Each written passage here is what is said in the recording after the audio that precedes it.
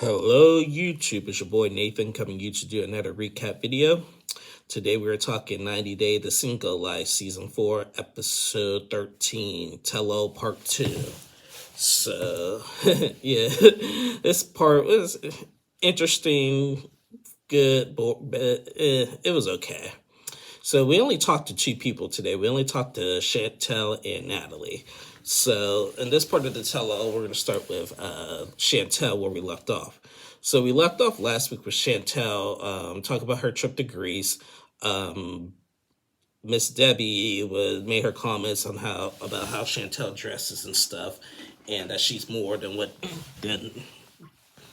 she's giving out and everything. And basically, Chantel's mom, Miss Karen, comes out. She was just like, told Debbie don't watch them, but so they brought out Chantel's mom, Karen, to talk about Giannis and stuff. And before they did, Karen and Debbie went back and forth for a little bit. I actually thought it was going to be more intense, but it wasn't. Debbie saying, we're mothers, we got to protect our daughters and stuff.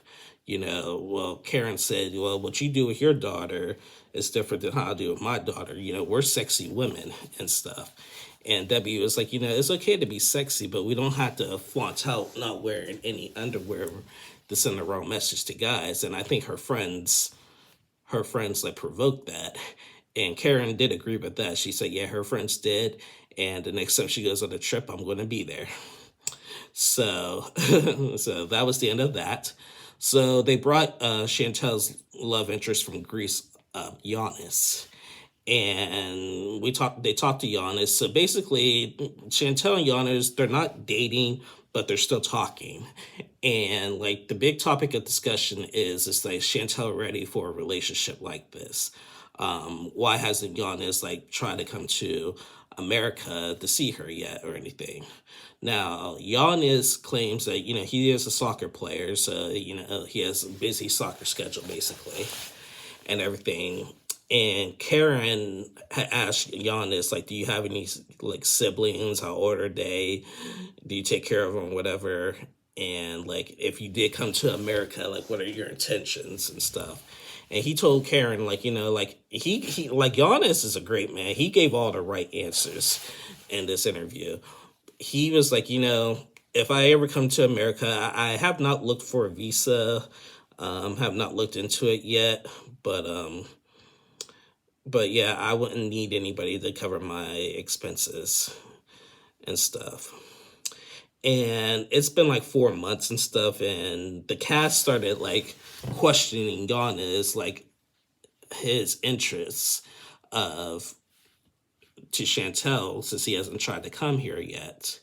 And I'm just like, wait, it's only been 4 months, and they're not dating, and trying to get to America is pretty hard. You need a visa. Like from Greece, you do need a visa and stuff. So I don't know why the cast was saying, I don't think he's making Chantel a priority. I think he is. I think Chantel's just rushing and everything. So they talked a lot about that. Then, they brought out, little Chantel's insecurities, like her little, like, her flashbacks and things that reminded her of Pedro and stuff and everything. And so, like, she walked off the stage crying because she didn't want to see, like, herself crying and stuff and everything. And they asked Giannis, like, what do you think of this? And he said, Chantel's great, but she's just not ready for a relationship right now. She needs time. She's still broken. She needs time to heal, basically, and everything. Like, I still want to see her. Like, I still want to meet up and her come here, me go there, whatever. But she's not ready to date. It's that simple. So, Chantel's mom goes back to comfort her and stuff. She comes back and, they say goodbye to Giannis, and Giannis gave all the right answers. He gave all the right answers. And so I like Giannis. Me personally, I think Giannis is too good for Chantel. I think he is because, like, that was just like a fling, but but the reality is, as you can see, Chantel's mom is crazy. When you meet River, Winter, and the dad and Karen, the family Chantel, they crazy. They calmed down from over the years, but Karen doesn't play. So so kudos to Giannis. I like Giannis. I do hope him and Chantel work out. Maybe Chantel will tone herself down dating him, but I'm not mad at him. He gave all the right answers. So yeah, that was Chantel and Giannis. And the next person they talked is Natalie. So Natalie, goofy Natalie. Before they started with Natalie, they brought out from last season of the Single Lives, because Josh had came out too. They brought out Natalie and they brought out Josh to discuss everything, and they also decided to bring out Debbie, Colt's mom, who was on the Single Life last year, and also Caesar, who was on the Single Life last year. And at last year's tell-all, I'm finally glad that I can talk about this, because I didn't finish season 3 on my channel last year. I only did a couple episodes and then stopped doing it. But at last year's tell-all, Natalie pissed me off big time. So Caesar, as I said, Caesar came out and he was on last season. They showed clips of what happened at the last Single Life tell-all. They showed how, Debbie just being Debbie, just grilling Josh, and Josh is getting annoyed with her. Just, is there a muzzle on this lady or whatever? And then there was a big argument with Caesar and Natalie last year that kind of pissed me off. Apparently last season, Caesar, when he went to Ukraine with the matchmaker, and he started dating this girl named Alona. And they broke up because of the war in Ukraine. And at the tell-all, he said that he's gotten 2 Ukrainian girlfriends, 2 girlfriends that he's bringing to the U.S. and they're gonna live together and stuff. It was a little weird. And stuff, but Caesar, you do you. Well, Natalie got real offended by that. And she's like, you're disrespecting my country, Caesar. Go to hell.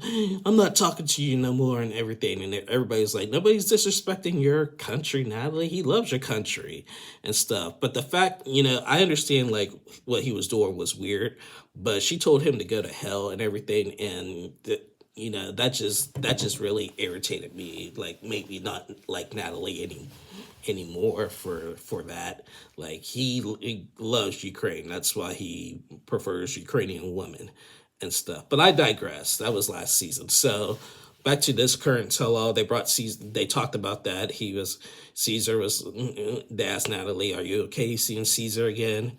She's like, yeah, he's here to support me. And Caesar's like, I do think you took it the wrong way, but I still like you as a friend and stuff. And they left it at that. So Josh comes out and, they're talking about this up and down relationship. And, it's so hard to go in depth with this because it's just all over the place. They're having the exact same conversation as they did last year at the tell-all. Are they together? Are they not together? Apparently, the night before the tell-all was filmed, Natalie slept over at Josh's room. So mixed signals right there. They're not in a relationship right now. They talked about how, they feel like Josh is being a sugar daddy, and he claims that, I'm a person who likes to help people. And I even told Natalie, I'm not your sugar daddy. I'm here to help you, but he even said, Natalie, don't come to from Florida to LA just for me, come for something, and Natalie had mentioned that, in LA, they don't just, the entertainment industry just don't pick people off the street. You got to work your way into it. No, well, duh, and stuff. So they go back and forth with that. Natalie just being Natalie, just complaining and pleading her case, and it's just not working. And Josh is just as stupid as she is, because he keeps playing he don't really want to be with Natalie. And John said this best. John said it best. He cares for her, but he's not going to ask her to marry her. And then Tim has said, like, maybe Josh is giving signals, maybe he's just sleeping with her for money or something. Something came out the wrong way with what Tim said, and Natalie like freaked out on Tim, saying, "Are you normal, Tim?" and everything. I deserve respect. No, Josh, you're not gonna do this to me. Like she just went on a rampage. Like I'm just like, Natalie, chill. Like nobody. Like he was thinking that she took it the wrong way as she was being called, something that starts with a P that I can't say on YouTube. If y'all know what I mean. And that's where we left off. But, the thing is that, like, Natalie keeps, like, going back and forth, back and forth. Now, and also go back to the her and Caesar thing from last year. She was mad at Caesar for saying that that he had two girlfriends. Well, look at Natalie. She's got two men. She's juggling. She still loves Mike, still wants to be with Josh. Like, what, like, Natalie, what is it? Like, so don't be cussing out Caesar and telling him to go to hell when you're doing the same thing, even worse, actually. Like, so that's just the thing that irritates me about Natalie and stuff. And just, I'm sorry, guys. It's just hard for me to just even go in depth with this. It's the same. It's just constantly the same thing with Natalie, and I'm so over it. And I was watching Entertainment Today, and the lady that does the 90-day recap, she said, "Natalie, take a break, take a TV break. Don't come back on 90 Day Fiance until you get your life straightened out." So yeah, that's basically where we left off. I mean, the episode was only an hour long, and we got part 3 at the tell-all next week. We'll see what happened with what's going on with John and Megan next week. We'll finish up this Natalie crap, and we'll see what's happening with Tyree next week. But I will say this: it looks like Natalie and Tyree are getting along. Like, I didn't think they would get along. I thought that she would be mean to him, like she was mean to Caesar. But they've been getting along pretty much. And they even said that like for Chantal, going back to Chantal and Giannis, that it's just a mess right now with Chantal, and it's just not fair to Giannis to be in a relationship. So that was basically that. So yeah, guys, that's the end of my review. So before I sign off, so I got an announcement to make. After 90 Day to Single Life ends, after the fourth part of the tell-all ends, we got a new season of 90 Day Love in Paradise coming. Last week they announced the couples for Love in Paradise, and I'm gonna read them to you. We got 5 couples, all new couples for Love in Paradise, no returning couple. And I'm about to read you their little description that they dropped. The first couple is Kyle, 32 from LA, and Annika, 39 from Malta. By day, Kyle is a seemingly traditional guy who works as an accountant. His real passion and hobby, however, is donating sperm. Kyle has 71 children and 9 on the way from donating sperm to women all around the world. Wow. And I've seen this in the trailer, that he does have, this is what he does. Annika is a single mother who wants to have another child, saw Kyle's donation information online, and booked a consultation call with him. Ever since their first conversation, they both felt a spark, but slowly the conversation changed from donating to dating. Now Kyle will travel to the beautiful island of Malta to meet Annika for the first time. But will he stop donating for good to be with Annika? Question mark. Judging by the trailer of it, we don't know. The next couple is Sean, 61 years old from New York, and Alia, 25 from Brazil. Sean is a celebrity hairstylist from New York who met Alia online. Lilia was assigned male at birth, so this is a transgender woman, man that turned into woman, was assigned male at birth and began embracing her femininity while dating Sean. As the couple progresses on their journey of learning, more about themselves as well as each other? Will their initial feelings and attraction towards each other grow stronger, or will the two grow apart? So we'll see how that goes. The third couple is Luke, 30 years old from LA, and he's dating Mad- Madeline, 19 years old from Colombia. Okay.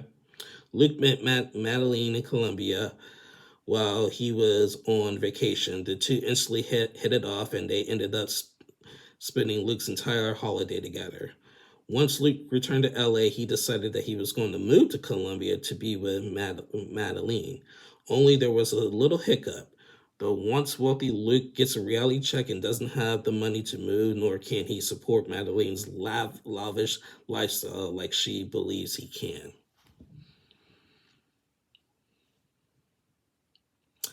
Okay. I see how this is going to go. The next couple is, and I think this is the last couple, Alex, 30 years old from Dallas, Texas, and Ad, Adriano, 33 years old from Italy. Oh, we got an Italy person on here. Okay.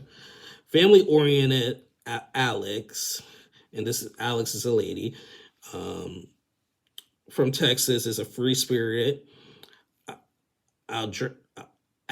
Adriana lives in Italy. The two crossed paths while Alex was traveling, and although they had different ideas of what they were looking for in a relationship, Alex and Adriana's chemistry proved strong from the beginning, but is a steamy connection enough to overcome their extreme differences, especially over their preference in bed.